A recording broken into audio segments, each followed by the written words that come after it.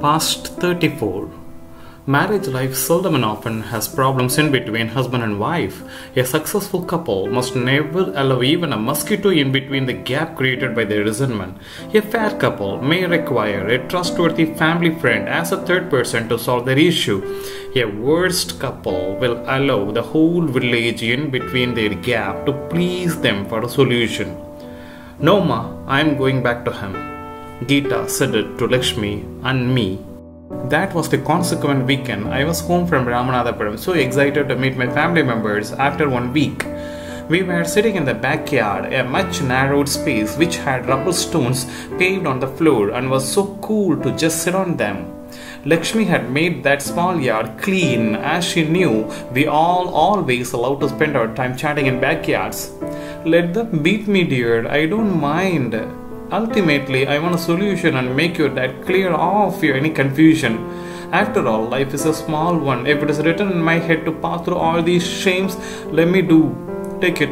She gave the coffee tumblers to everyone. I noted the tear flowing down Lakshmi's cheek and I was growing a vicious grudge on Veera. I felt like murdering him. No way, I will not allow for that. Geeta said it very firmly. Amma, I beg you, please hand over me back to Mama. I came here for a solution, but here it's going on the other way around. What am I to do now? But I will never allow this happen. This second Panchayat gathering must not at all happen. I need your help, please. Geeta turned to me, folded her hands and begged. After a long gap, I empathized on her weeping and concurred her words as well. Yes, we must not let this second Panchayat happen. What must I do? I kept thinking, but I felt it very much complicated on every side. How can I hand over Geeta to Jaykumar? And how can I allow her to stay here further? What a lock. We all felt cornered. What a trap. Do you think what he said could be from his heart? I said to Lakshmi. We both were discussing so many things about what to do next. I was thinking of Jaykumar's words. Were those he said really fake or from his heart? Do you think she can bear if I really beat her in full force? Balancing wife and mother is very tougher. Marriage is really very tougher.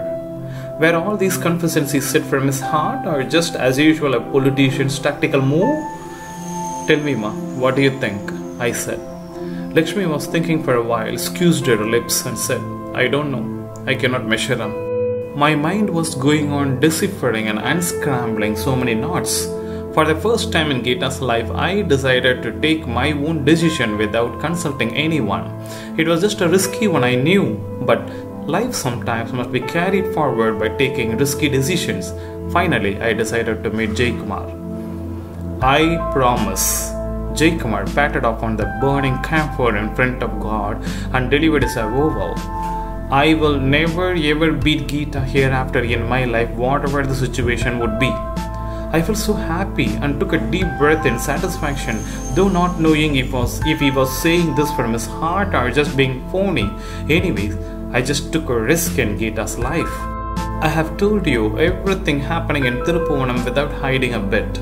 If you truly stand to this promise, I am ready to face any consequence or punishment after handing over Geeta to you without the knowledge of my dad, I said. We both remained silent for a while, which was broken by Jaykumar. Sometimes you have to trust people. This time your risk won't fail you, believe me, he said. Okay, tomorrow is the second Panchayat gathering. Before that, we have to shift Geeta from there to your house, I said. Yes, they called me also to come to that meeting. I didn't want to use my political influence in such family matter, so I just planned of going to that meeting. But now that you are saying all these things, I feel disgusting, he said. Is he really good? He's speaking well today. My brain is always alarming to be cautious with him. Is he a good man or bad? I kept staring at his face. I'll be there in Tiruppuvanam at 7 a.m. tomorrow, Jaykumar said. Okay, I will arrange the rest, I said, and I wore my footwear outside that small temple. That night, I have told I won't eat your food, Veera shouted and was about to throw the plate away. From the day Rajati infected Veera's mind, he had stopped eating in our house. It had been around 1 year he even drank water from our house. Actually, we Kids got used to that in 1 year, but Lakshmi didn't, and hence, once in 6 months, she kept on trying to pacify him back to normal. She felt his eating outside was very awkward if someone had come to know that. Actually, the whole village knew that from Veera. She is trying to kill me, poisoning the food. Lakshmi tried her best 6 months back, but it failed. Today, she sent the plate of dinner through Saranya. Did I ask this? Veera asked to Saranya. The little girl was trembling, holding the plate and blinking.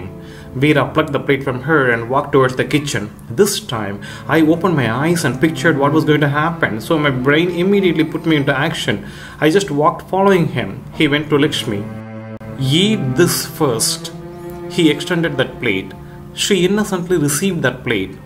I know why you are doing this today. You would have by this time come to know the great tomorrow. You are pacifying me, right? Veera artfully cracked down his imagination. Nonsense, mumbled Lakshmi, turned that side and kept that plate on the kitchen counter. It was just a fraction of a second before she turned her face to receive the slap from Veera, as it was the scene I expected would happen, and standing near both of them, immediately I set into action. Before a single finger of Veera fell on Lakshmi's cheek, I immediately held his wrist with Himalayan force, which I gained out of nowhere, and tightened my fingers to make Veera feel the pain, and I delivered the dialogue. The next time I see you lift up your hand to slap my mother, either you or me will be alive the next second. Author's note. I can never forget that night till I die, especially the ferocious eyes of Veera, which were hardly 1 foot distance away from mine when I said it. Veera told the whole village the next immediate day that I had beaten him left and right shamelessly, and of course it was a lie. As this is another branch of story irrelevant to the main, I am cutting it short. But I debated with my own conscience whether I was right by holding my father's hand, which I had never done before. I kept on questioning myself if it would lead to Pitrudosh. Finally, another part of my brain was consoling me with a single word: situation. Akka? Lakshmi Akka? Somebody was calling from outside of our Pinky. That was the next day morning, 8:30 a.m. I came out and found Pondi's younger daughter standing there. Mama is calling Geeta and Lakshmi Akka to our house. Car is ready for Panchayat office. She told by meaning Veera as Mama. They are ready. I'll get them in 5 minutes. I said. No, they didn't want you to come to Panchayat. Just only Akka and Geeta. All right. Go! I shouted. She must have come to know the previous day dispute I had with Veera. I didn't mind anything. After she left, I ran inside and noted the situation. Both Geeta and Lakshmi were ready there. I had already arranged for an auto in the main road. I had to take them through the shortcut to reach the auto. 10 minutes back, when I went to the main road to fix this auto, I met Jay Kumar and 2 of his men. They had come in 2 bikes. I asked them to wait for some time before I brought Lakshmi and Geeta. Come on fast, if we make it delay, Dad will come here. I hissed to Lakshmi and Geeta. Mayil and Saranya were in Rajati's house. I bunked my college this whole week staying here to solve this problem. We all came out. Lakshmi locked the door and kept the key with herself. I was very careful, noticing every nook and corner of that street. Come fast, come on. I hurried up both of them. Adjacent to that Pinky, there was a 3 feet narrow lane leading to the main road. Mayil only showed this way last Sunday. We took that lane, letting Geeta and Lakshmi walk in front and me following them. Fast, your husband will kill us if he catches us red-handed right now. When I said it, Lakshmi giggled in that thrilling moment as well. Amma, you're amazing. I pinched her cheek. When you lead this, what should I have prayed for? She said instantly. We reached main road in auto. Geeta and Lakshmi didn't notice Jay Kumar standing in the opposite side of the road in a coffee shop. I signaled them. We all got in the auto. Anna, please, make it fast. Rush to Madurai. I touched driver's shoulder. He started the auto and picked up the speed. After around 2 kilometers we crossed, Geeta said, "Hey!" and she was seeing outside the auto.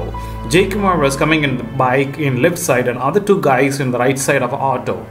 We felt like chief ministers being escorted by officials. Geeta smiled at Jaykumar. That was the travel which gave me confidence because I noticed the connection between Geeta and Jaykumar. Both of them kept on smiling every time they saw each other in that ride.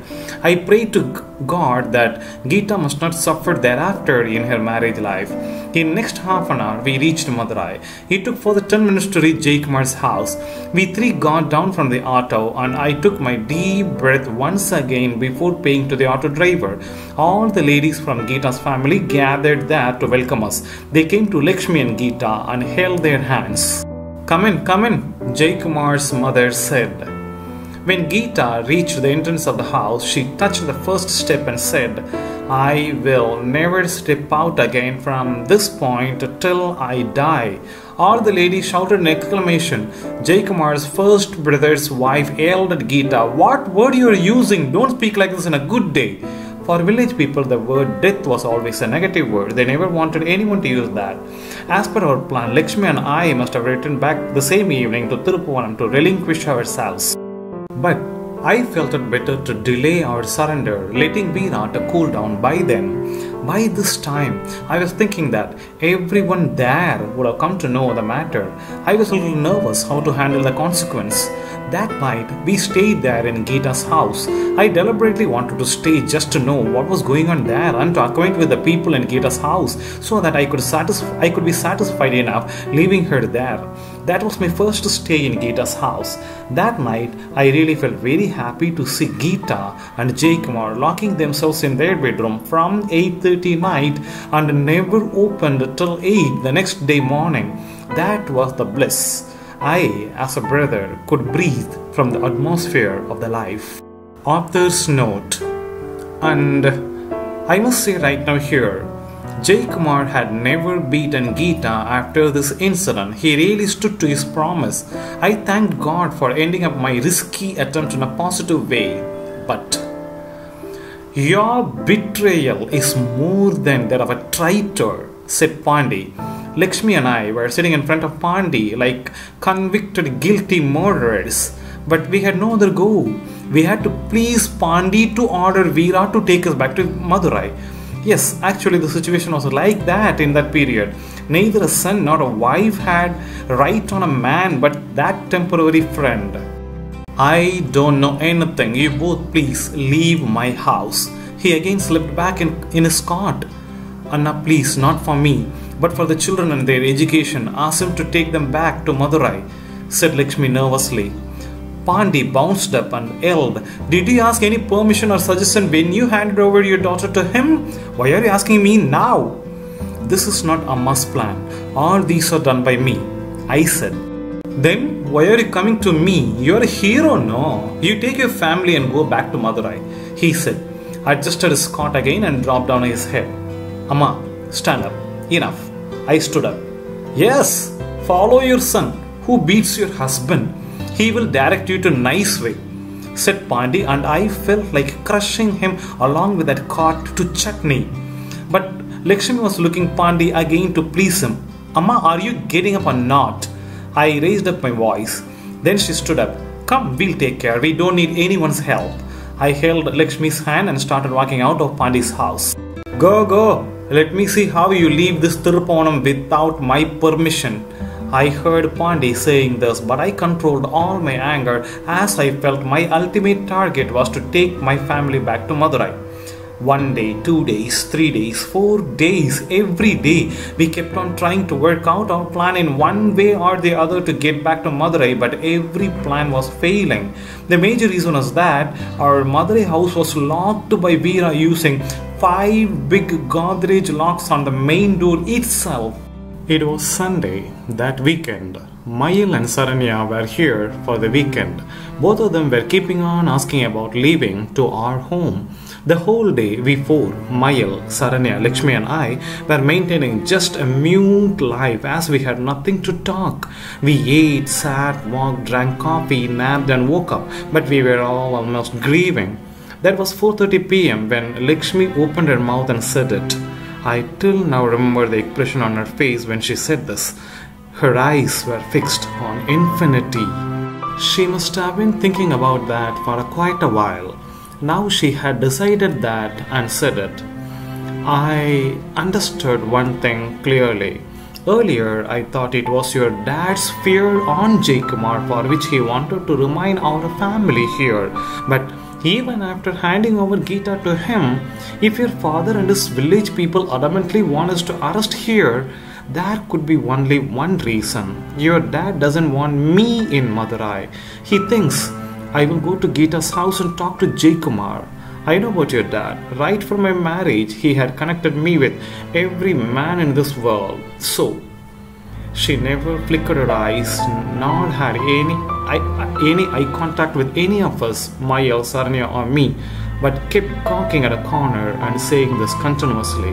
So, your dad will not take you three back to Madurai till I am here, said Lakshmi and stood up. In next 5 minutes, she took 2 saris, kept them inside a yellow bag and came to me. Will you please take me to the bus stand here and get me in the bus to my mother's village? I almost broke down when she took this decision. With that posture of holding that yellow bag of 2 saris in her hip and requested me to send her off, my heart was almost broken into pieces that moment. I could never decline her decision. It was a very solemn moment with her calm and tragic decision like that. I felt that all hell's broken loose. I silently walked with her up to the bus stand of Tiruppuvanam. We both waited for my grandma's village bus for next 30 minutes with no words spoken.